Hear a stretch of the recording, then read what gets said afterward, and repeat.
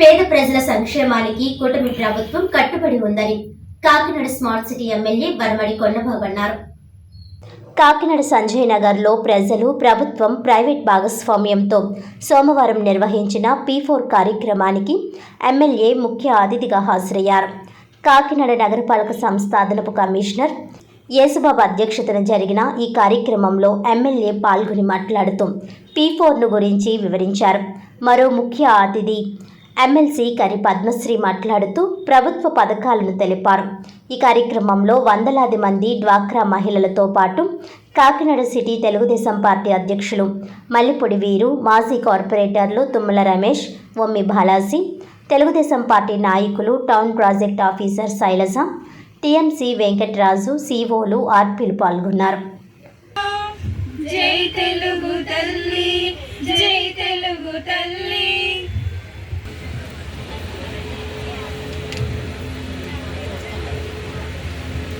జీవితానికి ప్రగతి అనే కట్టడం కోసమనే ఈ యొక్క గ్రామ సభలు మనం ఏర్పాటు చేసుకోవడం జరిగింది.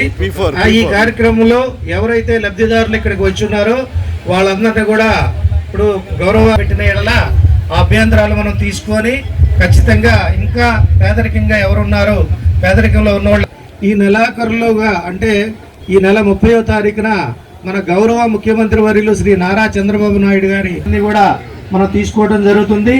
అదేవిధంగా ఈ రోజున ఈ గ్రామ సభల్లో ఎవరో లేదని తెలియజేస్తూ ముందుగా ఈ కార్యక్రమం గురించి తర్వాత ఈ రోజున మనకు ముఖ్య అతిథులుగా ఉన్నటువంటి మన గౌరవ శాసనసభ్యులు వారి యొక్క ఆదేశాల మేరకు ఒక్కొక్కళ్ళు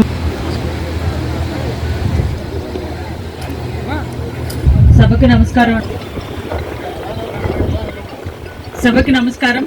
కాకినాడలో గ్రామ సభ నిర్వహించుకుంటున్నాము.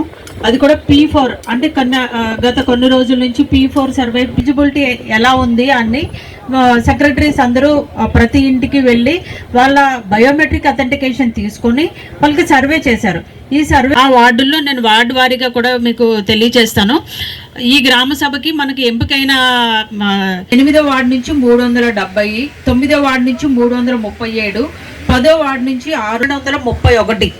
ఇక్కడ మనం ఏదైతే గ్రామ సభ జరుపుకుంటున్నామో ఈ ప్రాంతాలు ఫ్యామిలీస్ మనల్ని అప్రోచ్ అయ్యాయి, మన సెక్రటరీస్ని అడగటం జరిగింది. వీళ్ళందరూ కూడా దీంట్లో ఏదైనా సాధక బాధకాలు ఏదైనా ఉన్నా, దీంట్లో ఎవరిని అర్హుల్ని చేయాలి,